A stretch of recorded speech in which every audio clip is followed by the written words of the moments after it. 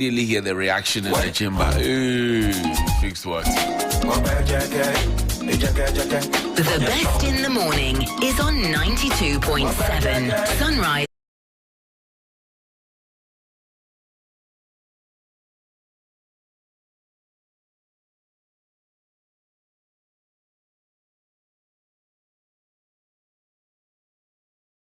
So before he left, I'm going to share some detail with you in a bit. Here's then candidate Dr. Baumia. Listen to him. Cause of doomsday, and doomsday has been caused by the financial and economic mismanagement of this government. And so we shouldn't be giving them credit for solving a problem that they have solved.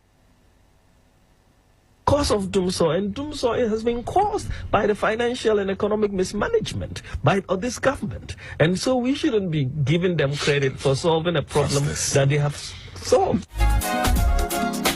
Is it very clear? Not clear. I don't know.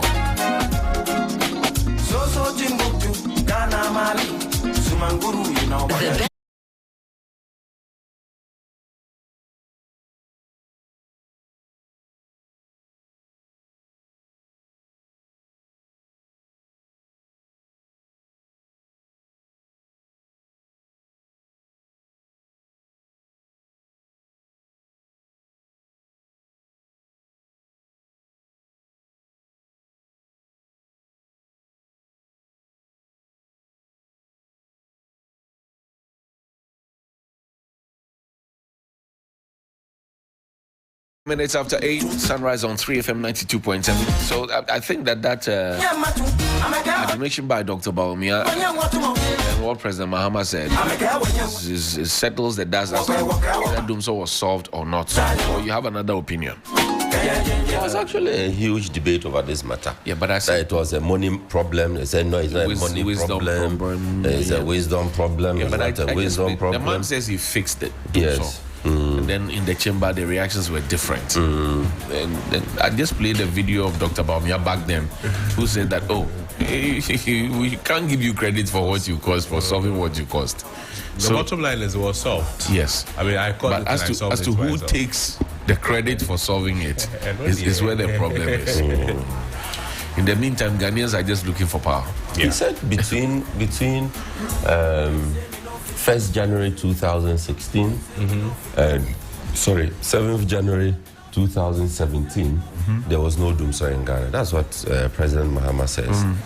And Kufuor, former president, also says he inherited a doomsday economy, and by 7th January 2025, he had fixed it. Yes, he's leaving the light on. Okay, let me go on to the phone line, speak with lawyer Moses Fuamweni. He's the Executive Secretary for the National Coalition for Human Sexual Rights and Family Values Bill. Honorable, thank you very much for your time. Good morning. Good morning, Johnny. How are you doing? I hope you're not greater than Accra. I am greater than Accra, certainly. Bibi. Sure and steadfast.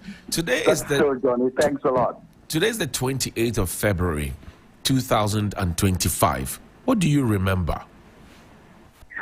Well, Johnny, I posed that test to lots of your friends in the media, and almost everybody failed. Only your good self, you kind of got it, but you didn't end it well. So it's a famous day, of course, as we all know. Historically, it was the 28th February Crossroads shooting incident that kind of sparked the independence, progress of this country to be free from British colonialism. And for us, in the advocacy and the help that we give to people with sexual orientation problems, it marked the day a year ago when the Bill for Proper Human Sexual Rights and Family Values was finally passed in Parliament, despite all the antics of my good friend Afenyo Marking, who's now, who then had been made the majority leader. Now he's a minority leader. Right. I don't want to use the word mini, otherwise he's going to come at me. That's right. So it's a year, and we are grateful to God for all those MPs who pushed it through as a private member's bill from both sides. we're grateful also to the Speaker of Parliament. And I know that God is going to bless him for the commitment that he put into this bill. It has not been easy. It was a very difficult task. It took almost 3 years, took a lot of insults and all of that from all the, the international community, I wouldn't say all, the LGBT-dominated movement all over the world came at Ghana because they didn't want us to do what they felt was going to set the tone for other countries on the African continent. But despite all of that, right, I am happy that the Speaker stood for us in international fora, even in the United Nations. Sam George and others went there and defended Ghana's stand to be free to decide what we want to do. And we're grateful for that commitment. What we were sad was that despite the fact that the bill was passed, the then president of the country totally refused to sign it. And I'm not going to mince words at all.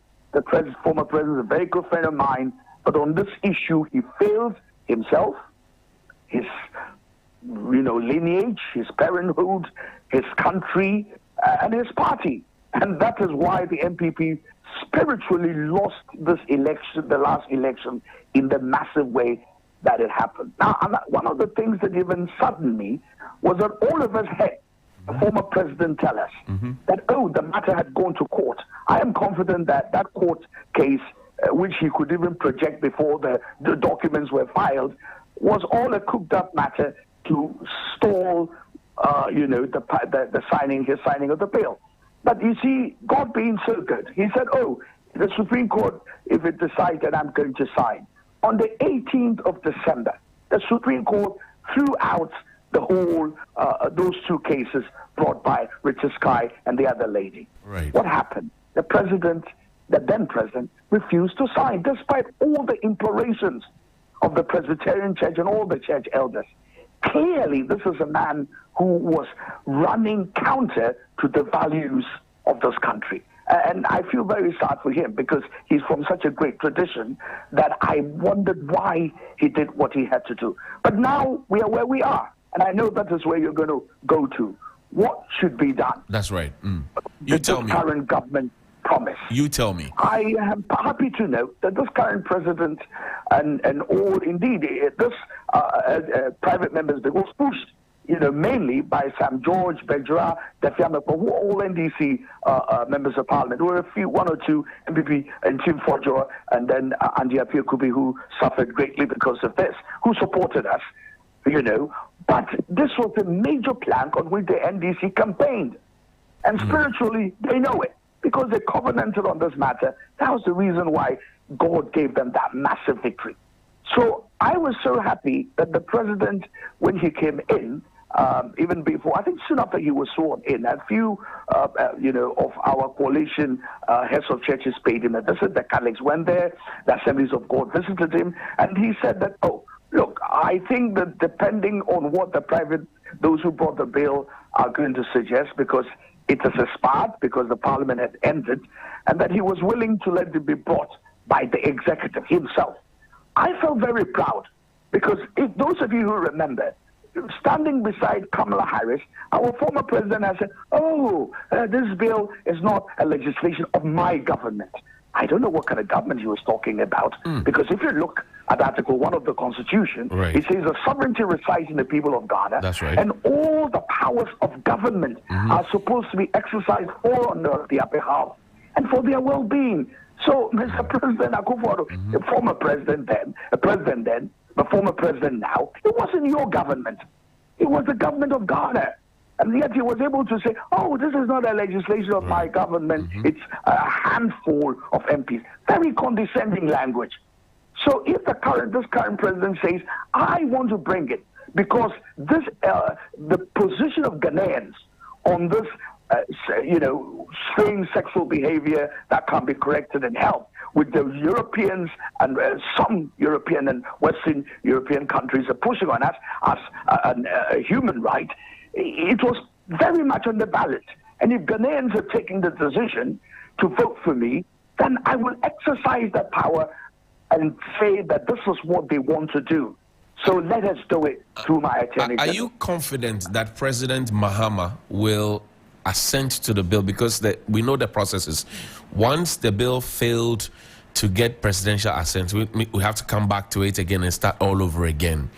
I understand that within the corridors of Parliament, there are moves to push it up again for consideration in its current state. But are you confident that President Mahama will assent to that bill if it's passed eventually? Well, Johnny, good question. I think what has to happen, and I can see the MPs I saw in Tim Forjo saying, oh, we're going to bring it back to Parliament. Well, thanks, Mr. Tim Forjo. But what did you do when your president refused to sign after the Supreme Court had thrown it out? I didn't hear too many MPs. Right. On the contrary, what I heard was my own good friend, Freddie Blay, jumping from station to station, trying to justify why Ghana, is not a problem here. Well, I don't know where Freddie Blay belongs to, but I found it very strange. I didn't hear too many MPP, members of Parliament speaking against the stand that had been taken by the president. So it is good. If they want to bring it back, fine. But I don't think a private member's bill will be good for us, because it will suffer the same technical problems that the old bill suffered.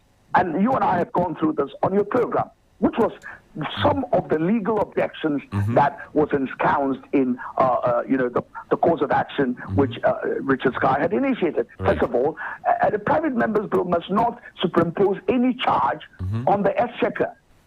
But you see, there are criminal provisions in there. There should be investigation, arrest, and then imprisonment. All of that will be a cost. The argument is that, Parliament had decided that when it comes to a private member's bill, those sort of costs are not costs. Says who? Maybe the Supreme Court will agree with that technical objection. All right? And the issue for us, in terms of the coalition, is that we were more interested in bringing care, treatment, and support to those who needed help. And that was also claimed that was also going to bring a cost. Despite the fact that in the law that we drafted, it was clear that the cost was going to be borne by, the person who needed help or by an NGO. So be that as it may, it would be better if the bill is brought by the Attorney General and fought on behalf of this current NDC government, who clearly benefited from the argument or upholding the values of this country. So even if some of the MPP members want to bring it, I think it should be a joint action. All of us Ghanaians who believe that this is the right way to go. And thankfully, Johnny, yes, one of the issues that was being raised, if we sign it, America is going to punish us, blah, blah, blah, blah. Guess what our prayer did? Donald Trump. And look at what Donald Trump has done. He says, go away with all this nonsense, and has changed U.S. policy, and is even dismantling. We're going to hold a press conference next week, and we'll show you where all the money to support all these funny things on the African continent around the world was coming from. Look at what Elon Musk has discovered. That DEI was being supported in Pakistan, Afghanistan, all sorts of places. For LGBT pride marches and all of that. It was coming from U.S. aid. And we can tell you that here in Ghana, U.S. aid was being used as a touchstone. It was sponsoring journalists. It was sponsoring very clandestine things within even tribes to support LGBT activities in Ghana.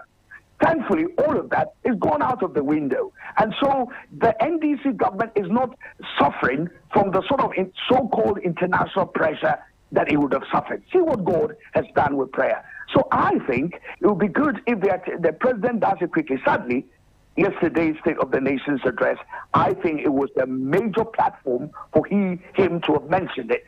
Because in terms of the State of the Nation, what he came to meet was a former president who had rejected what Ghanaians stood for in terms of our values. That would have given him a lot of points. He didn't talk about it. And then he had promised these or so forth that, he will let his Attorney General bring it. I didn't hear him talk about it as part of his legislative agenda. Well, Mr. President, you are a very good friend of mine, but we will not allow you to sleep. I mean, you're organizing a foray for educational foray, economic foray. Mr. President, trust me, you can hold 1,000 foray. If you don't bring this bill through your Attorney General and pass it, you will struggle. Johnny Hughes, I'm saying it again. Open openly to Mr. President. He doesn't need to wait for the 31st of December when you prophet to prophesy to him. Right. I am saying it openly to my good friend, the President and the NDC government. You stood on the back of this bill and said, we supported it. As soon as I become president, I am going to sign it. When you came in, it has expired. You told Ghanaians, oh, I will let my Attorney General bring it. Right. Mr. President, don't make the mistake that President Akufo-Addo made. Get the support of your Attorney General. Thankfully, the bill has been discussed. So all the technical detail and arguments are there. Bring it quickly. We will help you. In fact, we won't even hold a family values forum where all this could be discussed very quickly. Bring it to Parliament and pass it and see what the Lord will do for you, Mr. President. Otherwise, we will struggle as a country. I am telling you, Johnny, as sure as the night follows the day. What kind of struggles are you talking about? Economic struggles or all struggles? Security Everything struggles? you see what happened to our former president. The country itself will struggle. You know, there are difficulties all around, Johnny. And I'm saying that you will need God to break through. Look, this is something, and look, I was 61 on Tuesday, on my birthday. So let me say some things openly to Ghanaians. Yes, sir. I have done a little examination of the Ghanaian political landscape. And Johnny, you are very critical of our political landscape. Look at our history. Nkrumah started very well. Look at how he ended. Right. Bouzier started well with, also good things. He ended up with Apollo 566 Right. or 568. Even the champion started well with Operation Feed Yourself. That's He right. ended up on the gallows or on the firing squad. Right. Jerry Rawlings, Liman started well, look at how it ended. Jerry Rawlings started well, look at how he ended. It's only President Kufuor who started, the ending was not that bad. But Professor Mills, even our current president, look at where he ended. And then President Akufo-Addo came on the wings of the battle is the Lord's. Look at the wave of support that all Ghanaians gave to him. Right. Look at how he ended. So, Donnie, something is happening to this country. I think the devil is fooling us. And we need to work on that spiritually. I like the prayer of thought and action. We should act. But you see, you win these battles on your knees. It is not for nothing that Donald Trump is going back to the spirituality that helped America. Look at the dollar. In God we trust. There is a meaning to it. If anybody tells you that a country can only succeed physically, as we say in France, just laugh at him. This world, there is a power behind it. And the NDC, they know it. You go and ask them the sort of spiritual work they had. Call Elvis Afri Ankara. He will tell you the sort of spiritual work they did. And listen to, the Secretary General of the NPP. He's telling you that there are spiritual reasons why they lost. Right. Go and read his comments of late. I think he's right. And he was telling you that there are some spiritual people who should have prayed for them who didn't pray. The politicians, they understand. You cannot run a country without God's backing. And I'm saying that this bill, apart from even God, represents the soul of Ghanaians. If the president passes it, it will release a certain energy, and trust me, the bowels of the earth will open. The president, the country, we're in crisis. We need money, isn't it? We need new sources of funding. We need new sources of oil. We need new sources of gold, diamond. We need lots of things, trust me. And I think that if we do this, there will be a whiff of spiritual strength that will be pushed behind the president. But Council, otherwise, I think there are going to be problems. But Council, there are those who have argued that, looking at our current economic situation, if we go ahead and sign this, we have lost US aid already. We may lose further grants and all those who come in to support us financially, and we could crumble and fall and crash as a nation. What do you say to that? You see, tell this to the Marines. Let me ask you the question from the other side. All the money that we received, how did it end? You could say, sorry, it's not the program that is being hosted. What happened? Let's assume that all the money we were getting was coming from the LGBT or whatever. What happened to the economy? All the borrowing, what happened to us? Are you getting me? So it's not even true. Look at the data and the statistics of Ghana's trade. Now, as I said, America has now shifted anyway, so we're not going to suffer from America. But the Europeans, how much do they get? They themselves, they're struggling. How much do we get from Europe in terms of direct foreign investment into this country or bilateral aid? Or nothing spectacular, I'm telling you. In any case, what did the former president say? Ghana beyond aid. Johnny, was that not his mantra? That's right. Exactly. So what's the meaning of that? Look, all that argument, economic argument that was being pushed around was concocted, and they know it. It was just because they had a certain belief and a certain, I don't know where they picked that from. And therefore they had to justify it with these economic arguments. We're not going to lose anything. In any case, my grandmother had a way of putting it, poor but proud. Sorry for my language. Because of money, we should sacrifice our values and what makes us as Ghanaians. Then what was the purpose of the independence that we got from the Europeans? Finally, I think it's a non-starter. I hear you. Finally, Council, how soon should the executive, led by the President, direct his Attorney General to present this bill before Parliament? Well, I think he has a fine opportunity during his budget. I think it's on the 11th. He had the opportunity. I think he missed it. It might have been an oversight because I know John very well. This current president is very good. He's a very good-hearted person. And I want to see him more before I doubt him. I must be honest, I met him about a year and a half ago. We spoke. We even prayed. And so I think he's a good person. I think it was just an oversight. So he has an opportunity in the budget statement to address a matter of the legislature, because sometimes the budget will have some legislative agenda. So he can do it on the 11th of March. We've been trying, the coalition is made up of all the heads of the churches, so we're seeking an appointment to have a meeting with him. So I think he has an opportunity on the 11th of March. We want to have a little forum, a family values forum. We're also going to direct a letter to the Attorney General and include all the documentation that we have, because we actually masterminded this bill, to be honest with you. A lot of the provisions were drafted from our side, and because we have the technical understanding of the whole LGBT phenomenon and the issues of human rights and all of that, which is legally false. I have exposed that false thing on your own program. Right. So we will also liaise with the Attorney General, give him the briefing. So I'm sure that within the next 2 weeks, he should be able to do something about it. Otherwise, the pressure will begin to mount. I can tell the president, please, people are only holding back because they want him to have a bit of time. But that should have been a major plank of his 120-day promise social contract that he had with Ghanaians. Right. Because that's what Ghanaians want. So I'm looking for within the next 2 or 3 weeks for all of that to start. But I think he must start addressing this matter frontally. And thankfully, the big brother that he thought could have been shouting at him is gone out of the window. Rather, we have a President Trump who's on our side. So there will be no shouting from anywhere. He did tell me some time ago that some ambassadors had been, even before he became president, they were putting pressure on him. But he said, Moses, I'm not going to do that because I believe in our values.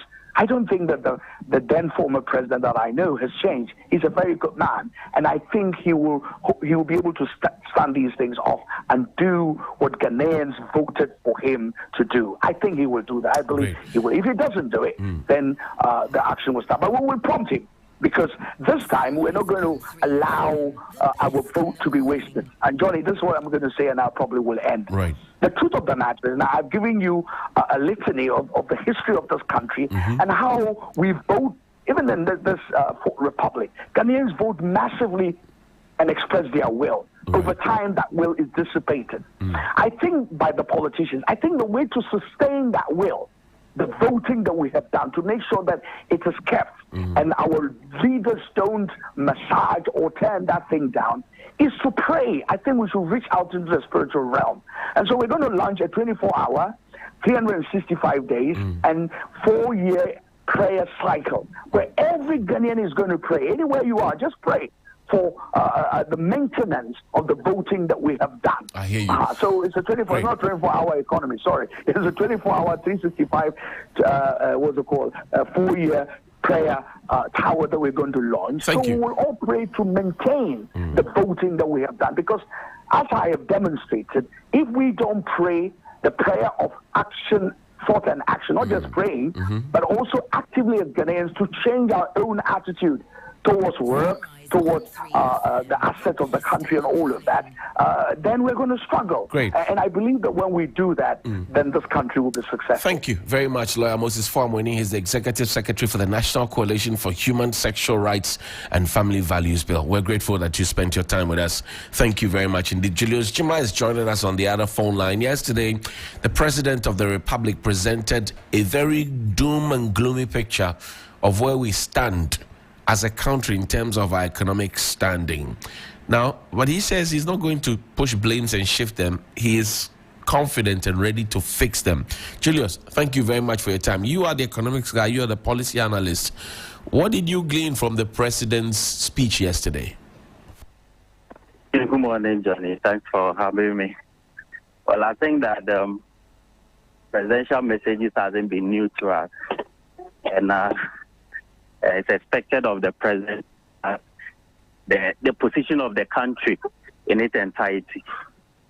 That we saw the current status when it comes to public debt and then other areas, inflation, and how some of the state institutions are also owing. And in all, the president spoke about total debt, what we were expecting to balance the equation. Right. Just as we know in a basic accounting is that asset is equal to capital plus liability.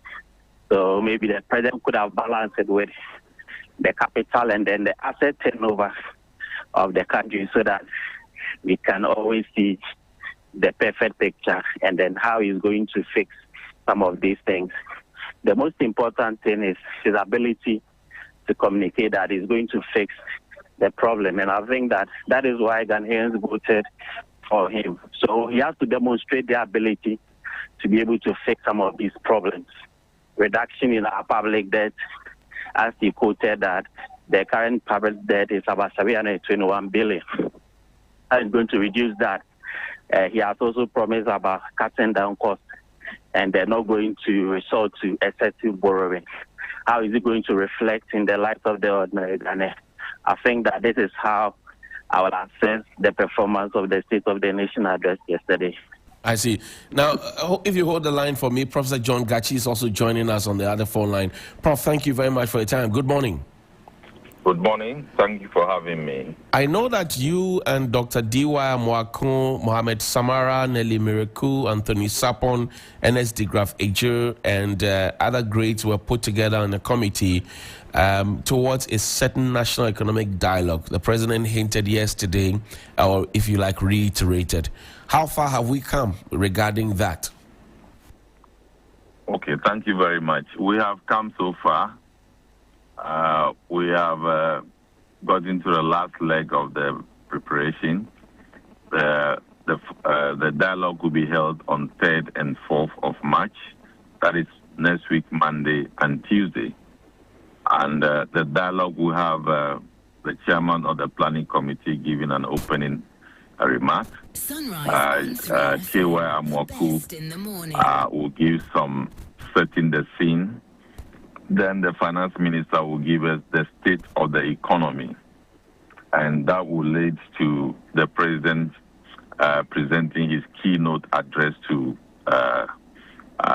the plenary session. And that will be done for that section. Then we'll break out into the thematic areas. The thematic areas are focusing on restoring macroeconomic stability, private sector-led growth, growth with depth, infrastructure development, structural reforms, and policy reforms. And then we'll end it up with restoring good governance and combating corruption. These are the 6 thematic areas that we'll be focusing on at the breakout session on day 1 and day 2. And at the end of day 2, the Vice President of the Republic will close the section. But there is an interesting part in Tell me about it. In the second day. Right, tell me. There is an opportunity given to about 7 ministers, including Minister for Communication, Trade, Agriculture, Finance, and some few other ministries to present their takeaway from the breakout section, and then, if possible, ask questions for the chairpersons and the presenters of the breakout session to provide some answers. And then the public will also be given few opportunity to ask questions for clarity at that point. That is to show commitment that the outcome of the dialogue will be taken seriously by the sector ministers, will be taken seriously by NDPC, and that will have an influence on the 2025 budget, and will have influence on the medium to long-term economic policy agenda of the country, aiming to transform and to provide prosperity to the people of Ghana. Now, before I go back to Julius, the president yesterday told us how bad our economy is. Is that a view of the stalwarts that you put in the room, I mean, led by the great Dr. Ismail Yamsing? Do you share in that view that the economy is in a bad place? Johnny, I think that the economy. Julius, I'll come to you. Let me talk to Prof quickly. Prof, go ahead. The economy is indeed in a bad shape. Of course, we do not expect that we can have so much borrowing, but less assets created through that borrowing. We are clear that we are not competitive as an economy. The private sector participation is met with a rigidity that is not unleashing the full potential of the private sector. The tax environment is not conducive. We are not consistent at our growth. We are not diversifying enough. We are not infusing technologies in our business processes as fast as we ought to do. So these are all challenges of the economy. Of course, we know the financial sector is in deep trouble. We are not having a long-term local or domestic debt market right now. We are focusing on the treasury bill market, which is the short term of the market. We need to work to repair the domestic debt market to allow for longer term instrument to be issued to augment treasury bill, right, so that we bring a balance within the choice that is available to investors in the financial market.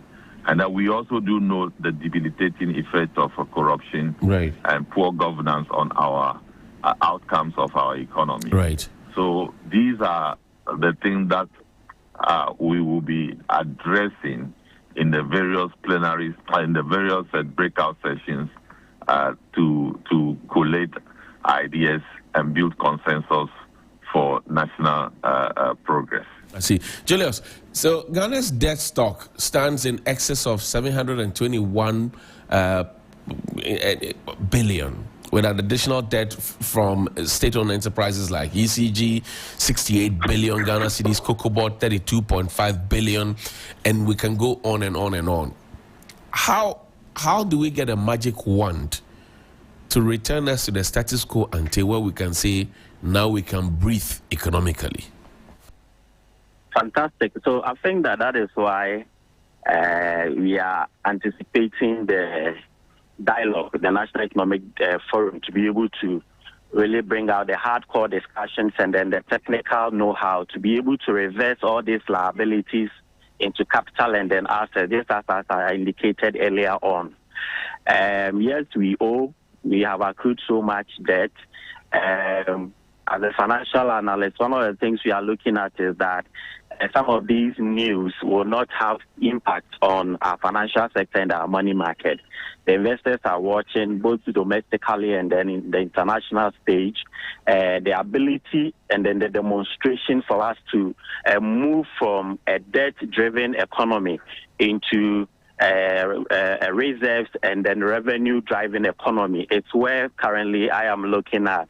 And it's not only about communicating, the debt. I believe that Prof and Dr. Kwacho agree with me that some of these things will definitely have a bearing on our financial markets and then even instilling public trust and confidence into our financial space.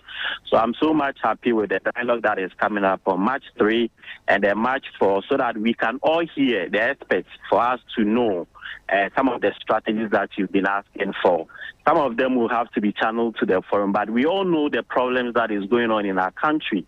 We are looking at how we are going to address our imports and do import substitution, how we are going to build private sector initiative and then development to make sure that we are growing our private sector, and then the burden and the pressure on government. Johnny, the problem here is that government is doing everything for the country, but if we want to grow, if we want to see the kind of development that we can measure them, have good roads, good hospitals, good governance and all that, we should be making sure that we push the burden into private sector financing so that we can expand, we can give the opportunity for the private sector to grow and grow their businesses and create the jobs for us. The government in the long term would tax the people and get money to be able to focus on policy and other programs that the government have really churned out for us. So I believe that we know the problem when it comes to our exchange rate volatilities. We have spoken time and memorial about the issues with short term and the long term, how we are going to reverse it. We talk about capital flight. We talk about even the continuous borrowing that was going on affecting us, and then we have to even repay some of them on, that is our external debt. And when the exchange rate have moved up, you have to pay more cities to be able to make up for the same debt that you borrowed. So all these things are things that we know. The problems with the economy, we already know them. It's about now the discipline and then the commitment to make sure that the things that we've been advocating for over the period, we are going to put into work. The committee or the forum would invite a lot of experts and technocrats will come on board and then share all these brilliant ideas. By the end of the day, if we don't see action, if we don't see any implementation plan, and then we don't see the commitment on the side of the government, it is going to be the normal conversations that we have.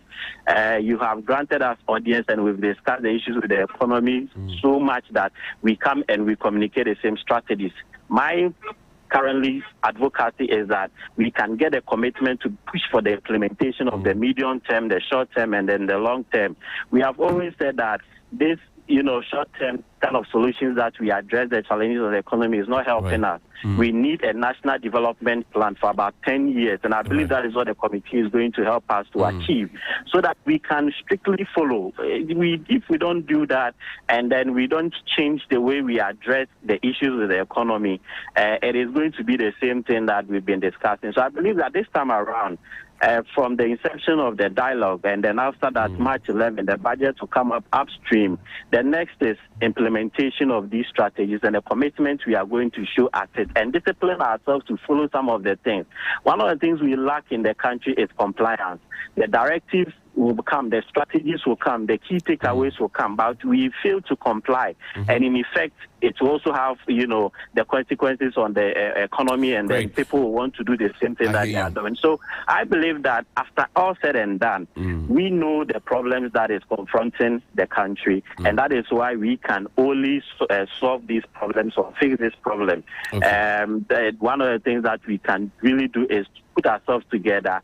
Let us build a synergy and make sure that we will comply, and then make sure all the strategies that will come at the end of the dialogue will put into work. Thank you, Julius Juma. We're grateful for your time. We're grateful. And from Julius, we go to Emmanuel Kuting, who is a security analyst. Kuting, thank you very much for your time. Thank you for having me, Johnny. Great. Good morning to our cherished listeners. Great. Yesterday, the president spoke about some military training for national service personnel. How did that sound to you?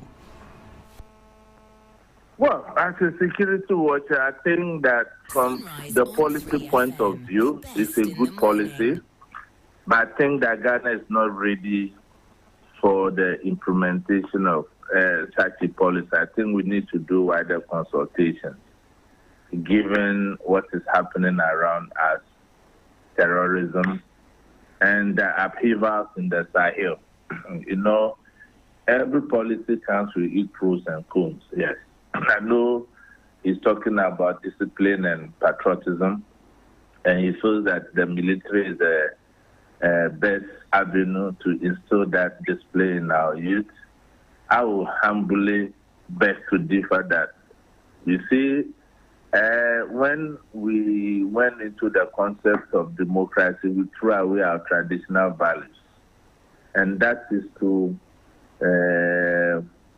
that is why we are having the kind of indiscipline we have in this country. I don't believe the military is an avenue to instill discipline. Now, you don't forget, how many of us have access to education? Let's look at the education penetration rate. So what happens to those who doesn't have the opportunity to go to the tertiary institutions? So to me, I think it's a good idea, but at the moment it's misplaced. It's also talking about physical fitness. Right. I think that how they designated the Ministry for Youth and Sport is the way to go, where we can go back and have this, our inter-school system to unearth talents at the grassroots and grow them. I see. He was also talking about security preparedness. Don't forget, Ghana, we are not at war. Right. And we have never been to war. So the issue of training this, if Ghana was at war, we could talk about reserves and stuff like that. But if you look at the disadvantages, they're enormous because you can't militarize civilians. It comes with its own cost. And if it's not, that is if we don't well manage safe. Right.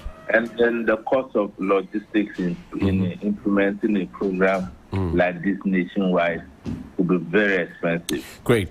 Cotton, you also, if you look at the system, there could be cause for potential abuse of the initiative. You see, I did some press release 3 days ago, and I was talking about Ghana data integration challenges. You know that as a country, Johnny, we don't have a centralized database. So fighting crime is a challenge. Formalizing our economy is also a challenge. And the other aspect is the tax mobilization.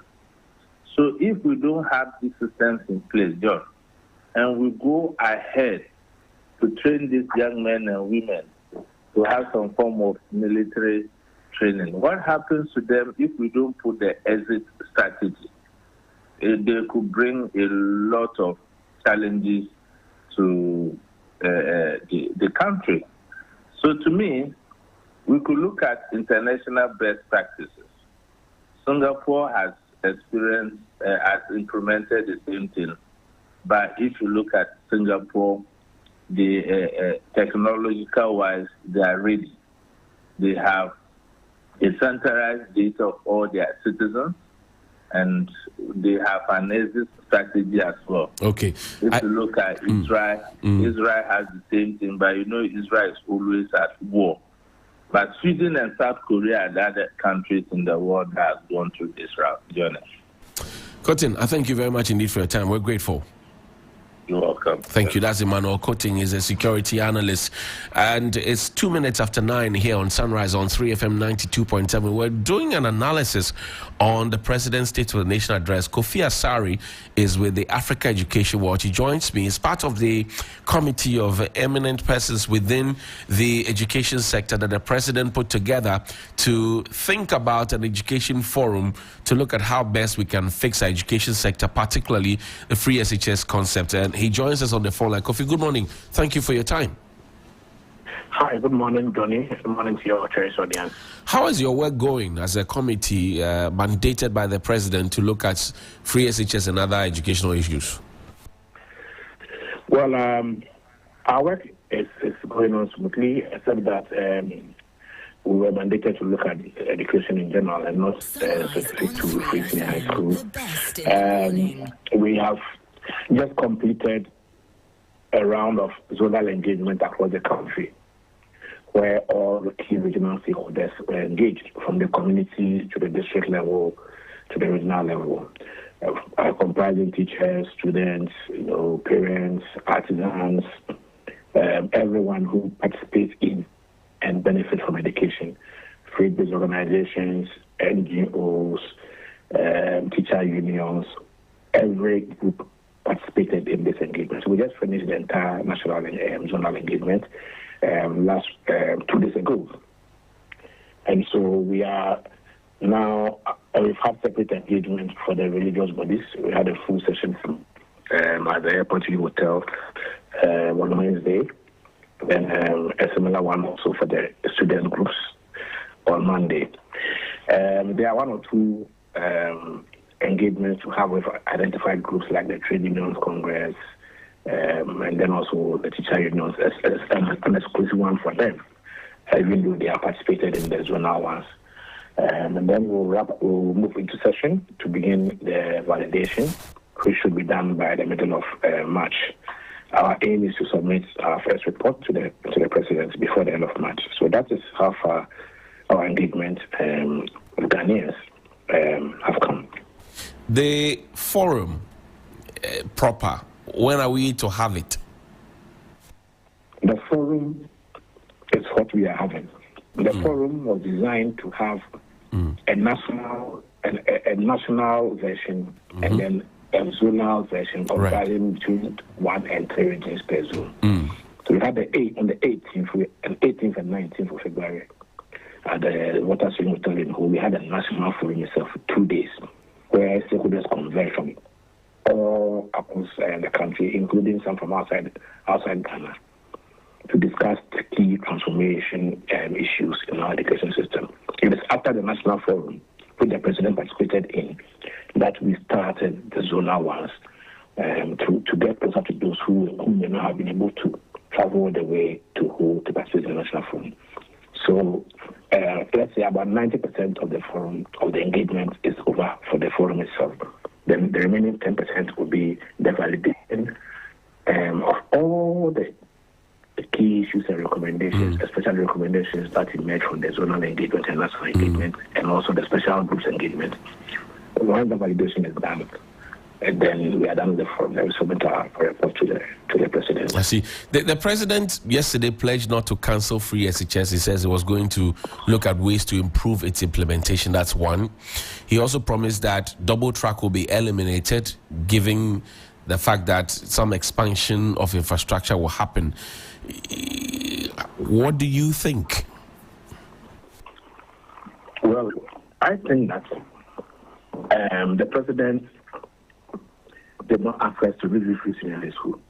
The president simply asked us to engage Ghanaians on how to improve the quality of our education and build consensus. Nowhere in our terms of reference was free senior high school mentioned. So those who wanted to see free senior high school, even though they didn't see it, they have had in their mind that there's free senior high school to review.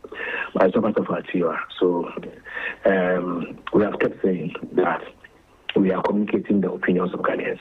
Our agenda doesn't include free senior high school, it includes everything education. The only question out of our 50 questions that we are set to guide participants in their various group discussions, only one question borders on free senior high school, and the question has to do with sustainability of funding.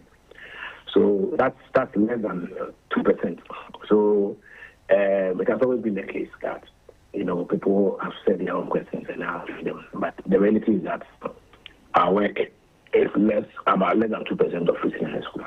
It's actually the holistic collecting opinions from the entire education sector, from pre-basic all the way to tertiary, across 5 key areas. We're talking about infrastructure, financing, quality and provisioning, regulation and governance and accountability, and then the last one is research and data.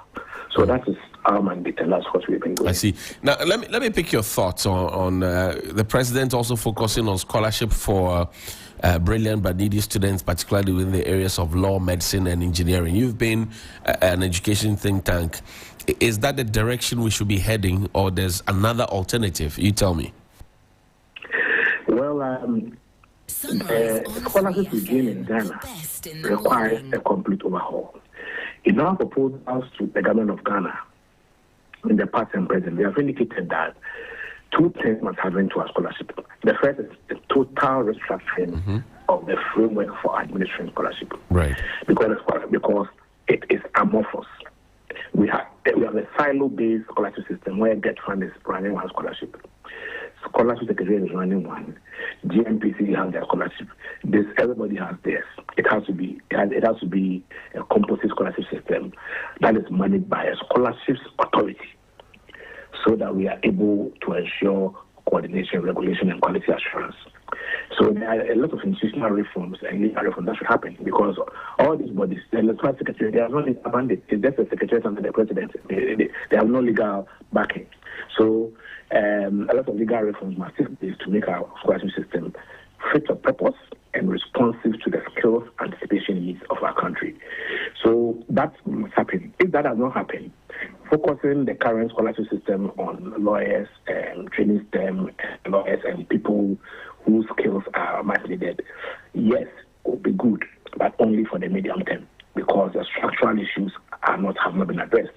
The structural issues are how to ensure that, yes, even though you are saying you focus on STEM, you are actually focusing on STEM. What are the quality assurance processes? What are the mechanisms to ensure that people who deserve a scholarship are the ones who get them? What are the mechanisms to ensure that when people get them, they go, learn, and return to come and serve? All these systems and structures must be put in place. Other than that, yes, you will focusing on STEM and law and key, key skills areas that are really needed in this country. Okay. But there won't be any assurance of the nation benefiting or the right people benefiting from this. I thank you very much for your time, Kofi Asare. We're grateful. Africa Education Watch, thank you so much. Now, we head straight to the 28th February Crossroad shooting incident grounds. It's a 77th anniversary. The Vice President, Professor Nana Jane Opoku-Agyeman, is laying the first wreath on behalf of the fallen soldiers.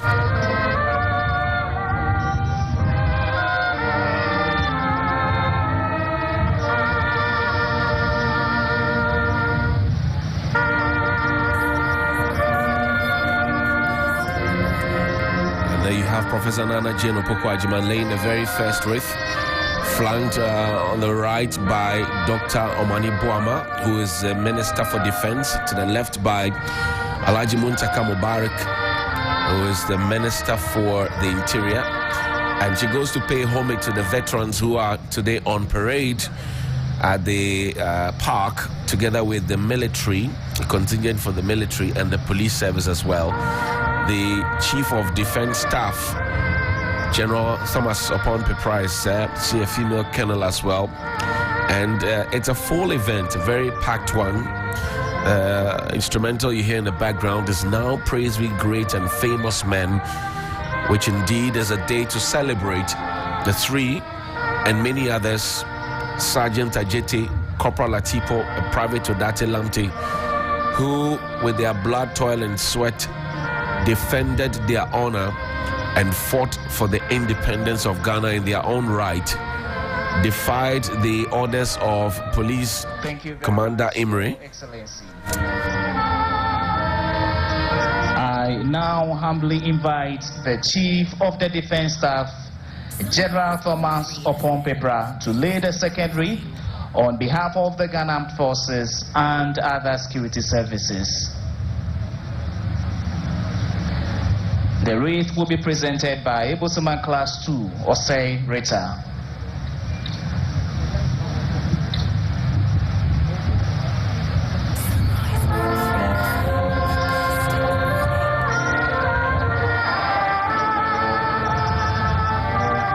And then you have General Opon-Pepra, the first four-star general in the Republic of Ghana, going to pick his wreath to lay. A very reflective day, mournful for the families of those who have died and gone, but also an inspiration for those who are left behind, for us to be determined to be patriotic in what we do for our motherland Ghana, in service to God and country.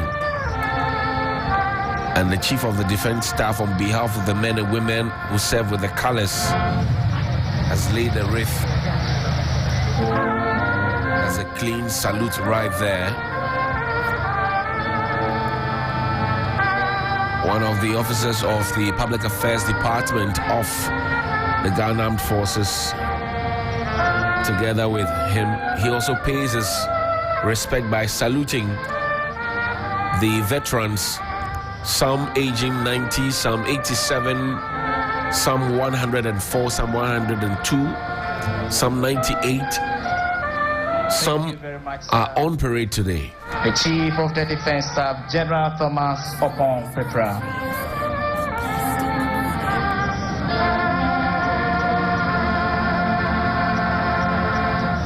I now humbly call on the immediate past chairman of the immediate past board chair of the Veterans Administration Ghana, Major General C.B. Yache, retired, to lay the next wreath on behalf of all veterans.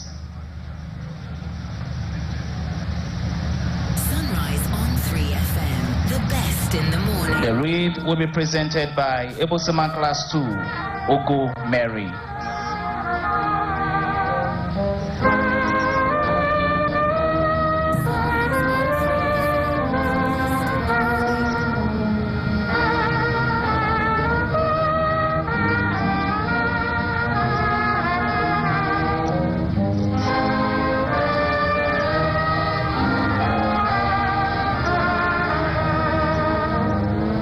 The 28th February Crossroad event, you know, is a very cardinal point in Ghana's history.